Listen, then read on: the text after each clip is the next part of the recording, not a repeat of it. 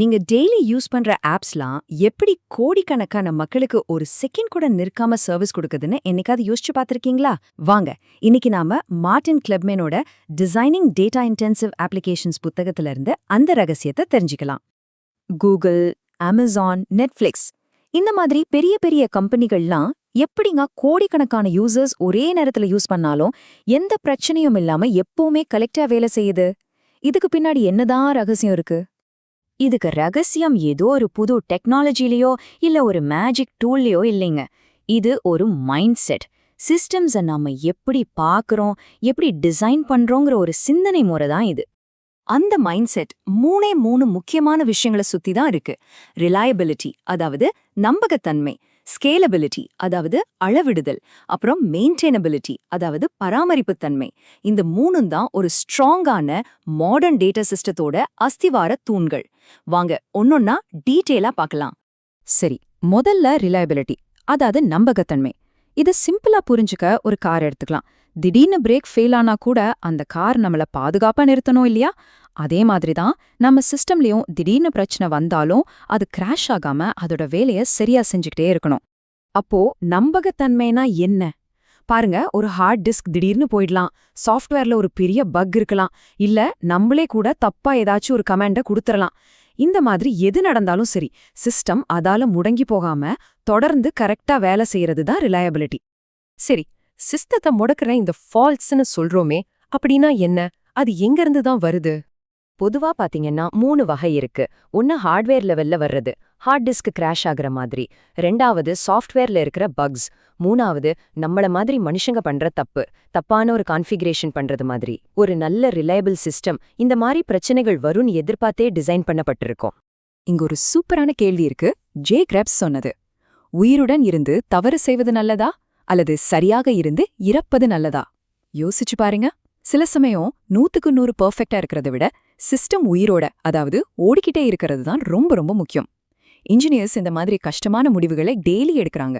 Okay, நம்மளோட 2வது தூணுக்கு வருவோம். ஸ்கேலபிலிட்டி, அதாவது அளவிடுதல். சிம்பிளா சொல்றேன். நீங்க ஒரு ஆப் உருவாக்குறீங்க, 10 பேர் யூஸ் பண்றாங்க. திடீர்னு அது வைரல் ஆகி 1 கோடி பேர் ஒரே நாள்ல வந்தா என்ன ஆகும்? அந்த 1 கோடி பேரையும் உங்க சிஸ்டம் தாங்குமா? அதான் ஸ்கேலபிலிட்டி. அதாவது ஒரு சிஸ்டம் மேல வர்ற லோட் அதிகமாக அதை சமாளிக்கிற திறனுக்கு பேர் தான் ஸ்கேலபிலிட்டி. ஆனா இந்த ஸ்கேலபிலிட்டி பத்தி பேசுறதுக்கு முன்னாடி லோட்னா என்னன்னு நாம சரியா புரிஞ்சுக்கணும். ஏன்னா லோடுங்கிறது ஒரே மாதிரி இருக்காது.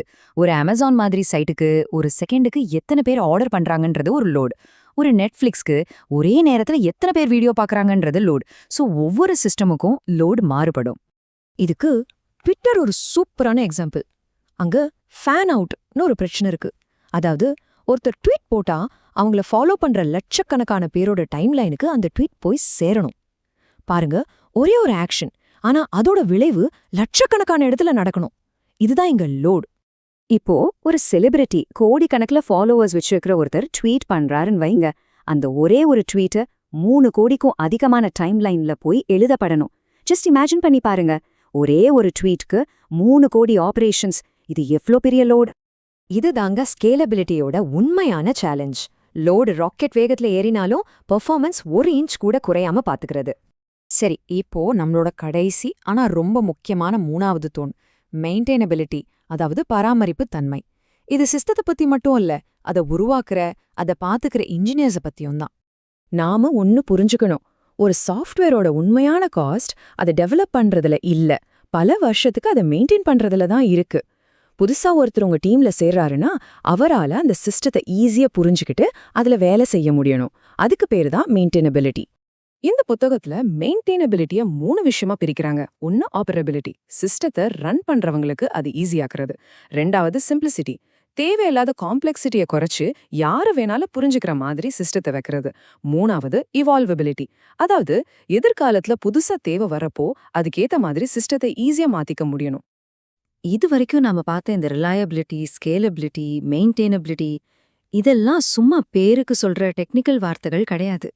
இதுதான் வருஷக்கணக்கா நிலைச்சு நிக்கிற மாதிரி ஒரு மாடர்ன் டேட்டா சிஸ்டத்தை உருவாக்குறதுக்கான அடிப்படை ஃபார்முலா. ஒரு பில்டிங்குக்கு அஸ்திவாரம் எவ்வளோ முக்கியமோ ஒரு சிஸ்டத்துக்கு இந்த 3ம் அவ்வளோ முக்கியம்.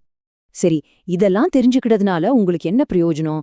நீங்க லட்சக்கணக்கான யூசர்ஸ தாங்குற மாதிரி ஆப்ஸ் கட்டலாம், எப்பவுமே டவுன் ஆகாத ரொம்ப ஸ்ட்ராங்கான சர்வீஸ உருவாக்கலாம், ரொம்ப முக்கியமா பல வருஷத்துக்கு அப்புறமும் ஈஸியா மெயின்டைன் பண்ற மாதிரி சிஸ்டம்ஸை டிசைன் பண்ணலாம். இது எல்லாத்துக்கும் மேல நாம டெய்லி யூஸ் பண்ற கூகுள், நெட்ஃபிளிக்ஸ் மாதிரி பெரிய சர்வீஸ்க்குள்ள நிஜமா என்னதான் நடக்குதுங்கிற ஒரு தெளிவு கிடைக்கும். சரி, இந்த வீடியோவை முடிக்கிறதுக்கு முன்னாடி உங்களுக்கு ஒரு சின்ன கேள்வி. ஒரு பெரிய சிஸ்டம்ல இந்த 3 தூண்கள்ல, அதாவது ரிலையபிலிட்டி, ஸ்கேலபிலிட்டி, மெயின்டெய்னபிலிட்டி, இதுல எதை அச்சீவ் பண்றது தான் ரொம்ப ரொம்ப கஷ்டம்னு நீங்க நினைக்கிறீங்க? மறக்காம உங்க பதில கீழே கமெண்ட்ஸ்ல சொல்லுங்க. பார்க்கலாம். ஏஐ, ப்ரோக்ராமிங், டேட்டா இன்ஜினியரிங் பத்தி இதே மாதிரி தமிழ்ல ஈஸியா கத்துக்க நம்ம டெக் ப்ரீச் சேனலுக்கு மறக்காம சப்ஸ்கிரைப் பண்ணுங்க. அடுத்த வீடியோல பார்க்கலாம்.